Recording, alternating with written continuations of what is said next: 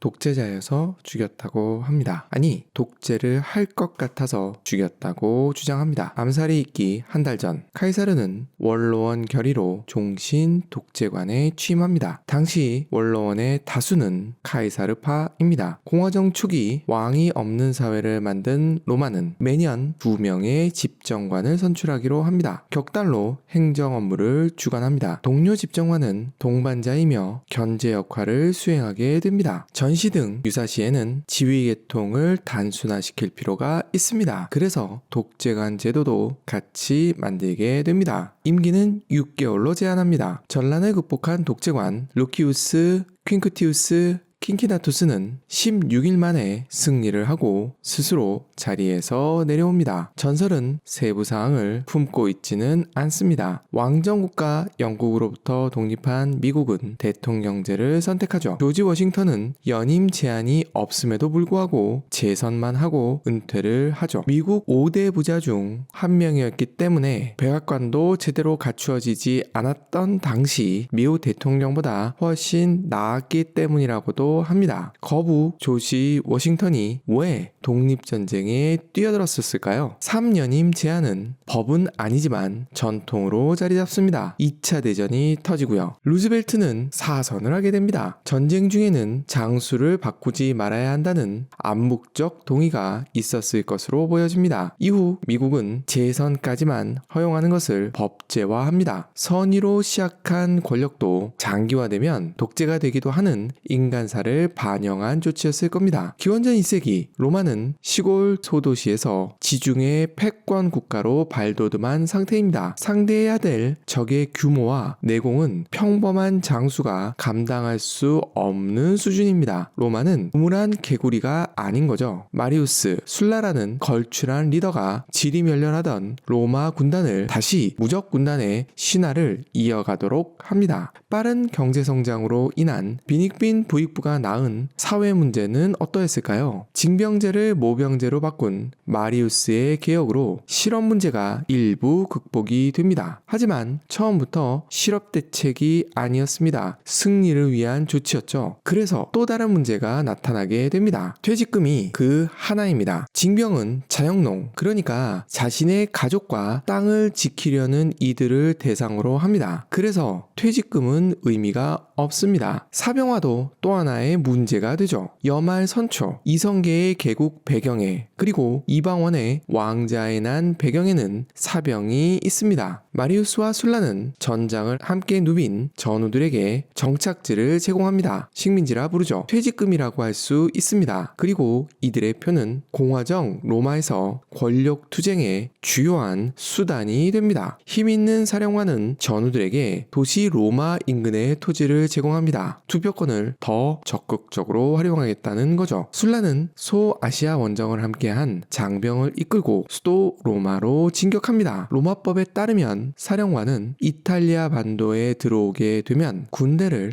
해산해야만 합니다. 구태탄 거죠. 살생부를 만들고 반대파의 생명과 재산을 강탈합니다. 독재자의 공통점은 언론 통제입니다. 킬방원이라 불리우는 이방원도 사관원을 폐지하지는 않았습니다. 키케로가 반 카이사르파 진영의 우두머리 중 하나라 할 수 있는 소카토를 찬양하는 책을 발행한 적이 있습니다. 카이사르가 독재가이던 시절입니다. 카이사르는 안티카토라는 책으로 키케로 의견을 반박을 하죠. 그렇다고 키케로의 책을 불사르지는 않습니다. 히틀러는 책을 불태웠죠. 베를린 대학에는 서가가 비어있는 도서관이 남아 있습니다. 술라는 원로원 중심 체제를 강화하려는 개혁을 단행하고자 합니다. 그러기 위해 스스로 종신 독재관 자리에 오릅니다. 최초의 종신 독재관이죠. 달라진 로마에 필요한 조치라고 판단했을 겁니다. 2년이 흐르고 개혁이 마무리되었다고 판단합니다. 스스로 종신 독재관 자리에서 내려오죠. 암살을 시도할 만한 세력도 남아있지 않았고요. 자연사합니다. 술라와 비슷하게 몰락한 귀족 가문 출신인 카이사르. 그는 어땠을까요? 내전 첫 해는 속 속주 총독으로 군을 지휘합니다. 합법적입니다. 폼페이우스가 그리스로 간 이후 잠시 독재관에 취임합니다. 당시 로마에는 집정관이 없었습니다. 둘 다 폼페이우스와 함께 그리스로 간 상태였기 때문이죠. 이듬해인 기원전 48년 카이사르는 선거를 통해 집정관에 취임합니다. 집정관 임기가 시작되자마자 폼페이우스를 쫓아 그리스로 달려갑니다. 파루살루스 전투 승리 후, 그러니까 실질적 내전 승리 후 독재관에 다시 한번 취임합니다. 기원전 47년 초 독재관 자격으로 알렉산드리아 전투와 젤라 전투를 치릅니다. 기원전 46년에는 다시 집정관 자격으로 아프리카로 도망친 폼페이우스 잔당 소탕에 나서게 되죠. 개선식을 거행한 이후 10년 임기에 독재관에 취임을 합니다. 간단히 정리해보면 내전을 치를 때 로마 군과 전투를 치를 때는 속주 총독이거나 집정관이었습니다. 프톨레마이오스나 파르나케스 2세와의 전투는 독재관 자격으로 치르고요. 끝까지 미루다 참전했다는 느낌을 지울 수 없는 문다 전투, 이때는 독재관이었습니다. 앞선 4번의 개선식은 외적과의 전쟁 승리를 기념하고 있습니다. 내용도 그러하고요. 문다 전투는 폼페이우스파의 마지막 순통을 끊어놓는 사건이었습니다. 그리고 개선식을 거행하죠. 더 이상은 내전이 아니라 반란 진압이었다라고 주장하고 싶었는지도 모릅니다. 집정관이 아닌 독재관이 나서야만 하는 상황이라고 주장하고 싶었을지도 모르겠습니다. 대부분의 개혁은 독재관 자격으로 추진을 합니다. 파르티아와의 일전을 위해 출전을 앞두고 종신 독재관에 취임합니다. 내전이 아니라 외적과의 전투라는 의미죠. 기원전 44년 2월 15일 호사가들은 이때를 로마 제정의 시작이라고 봅니다. 혹 카이사르가 파르티아와의 전쟁에서 이기고 돌아온 뒤 스스로 독재관 자리에서 물러났다면 평가는 달라졌을까요? 카이사르의 후계자로 로마의 첫 황제라 불리우는 아우구스투스는 독재관이었던 적이 없습니다. 원로원과 미네는 아우구스투스에게 독재관 지위를 주려고는 했었습니다.